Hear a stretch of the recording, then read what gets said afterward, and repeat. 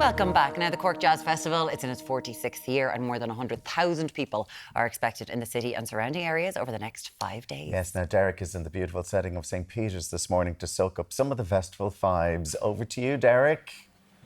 Absolutely, Al. We're spoiled here this morning with a beautiful setting in the form of St. Peter's Church. Gorgeous acoustics, Brian, right? Oh, yeah, your voice just swirls around like a absolutely vortex. Incredible. Anyway, the Cork Jazz Festival kicking off this weekend for the October bank holiday, and the legend, the one and only Brian Jackson is with us. Good morning to you, Brian. Good morning, Derek. Yeah, I believe you were off a flight from San Fran.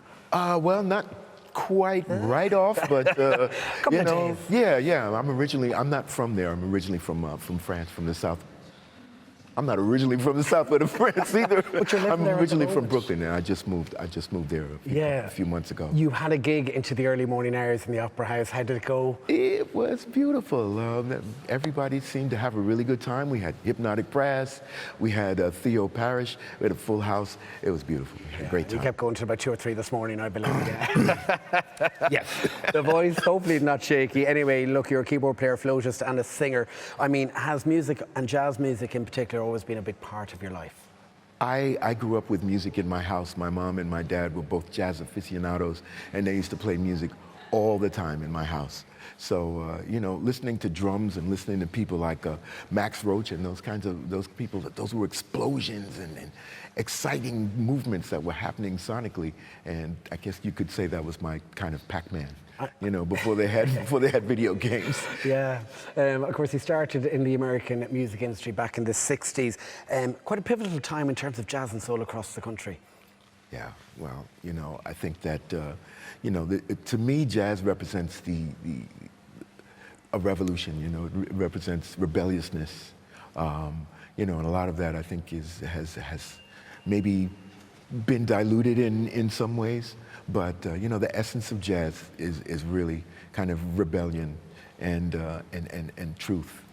It really seeps into your core, doesn't it? Oh yeah, it gets to you. It gets to you. I couldn't not do this. There's no way I could not do this. Gil Scott-Heron, you've collabed and worked with Gil for many, many years, 9 years in fact. What's that collaborative process been like? Well, we had a great 10 years together. The music always came first. And we let the music dictate to us what to say. And, that worked really well because Gil always knew what to say. He always knew the right words to put to the music. It was a great partnership. Your music, of course, covered a lot of social and, I suppose, political issues of the day, and it still does. Well, yeah, some people will come up to me and say, oh man, some of your songs are so prophetic. How did you know that these things were going to happen 50 years ago? And, the disappointing answer is that we didn't write it for today. We were writing about what was happening 50 years ago. And the fact that it's still happening today is the disappointing part. This is Brian Jackson, your album that was released recently. No pressure there, a self-titled album. Oh, no. An album called This is Brian Jackson? No, it doesn't matter what happens. Did it define your career, or does it? I hope it doesn't, because I feel like my career will be defined by the last thing that I always do. Yeah. I was listening to a song with my producer, Sinead, coming down the bridge that's running down along the quays. I think I call it Morning. What a beautiful song. Oh, you like that one? Where did the inspiration for that song come from?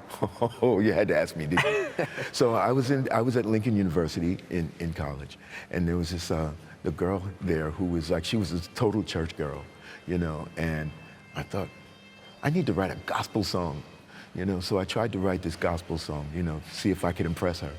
And it happened to be, I Think I'll Call It Morning. I didn't tell Gil any of this, so when I played it for him, he just put the words, that kind of meant the most to him. And gorgeous lyrics.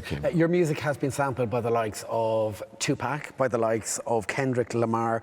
How does it feel knowing that your songs, there's endurance, there's a bit of lasting in them? It's mind-boggling. We're going on 3 generations now of people who have enjoyed it. It's very humbling. And I just always have to kind of keep in perspective that, what you do is really, it's not for you, as much as it's for the people that you're trying to reach. And I think that our message, if anything, was that if you think you're alone, you're not. There are other people who think like you. Wow. it's so interesting.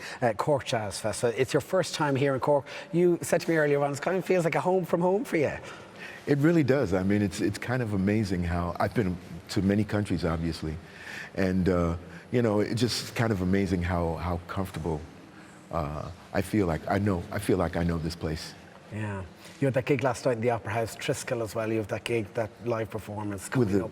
I mean, some of the hits you're going to be playing. Are you looking forward to the Irish audiences? Oh yeah, absolutely, absolutely. I've been looking forward. I played in Dublin last year, I think it was a couple of years ago at Sugar Club, and that was another great time. Bucket list while you're here in Cork. What are you going to do? Have you had a pint of Guinness yet? Oh come on, that's the first thing I did. You were like a sucky calf. Yes. Slurp, slurp. Yeah. So no, I mean just being able to soak in, you know, all of the atmosphere is something that you know I've spent some time with some great people, and you know, for me it's about that. It's about spending time with the people. Yeah, I know you're twins. You have a birthday coming up. It's their 8th birthday. You're going to play us out with a song. What are you going to play us out with? I'm going to play a song called Nomad. Okay. And it's dedicated to all those who might feel sometimes that they're out of place. All right, in for a treat. Take it away.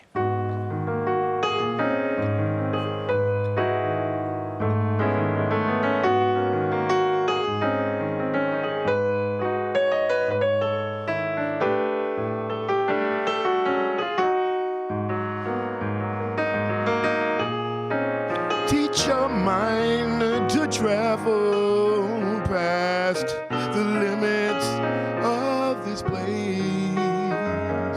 The greatest truth unravels where there is no limit space.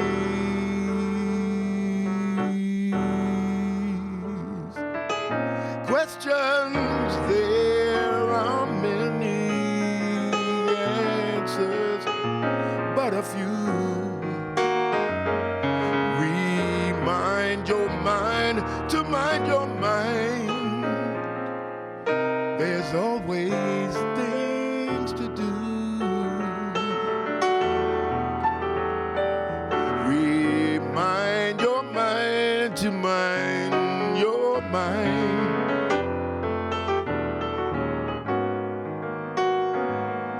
Remind your mind to mind your mind.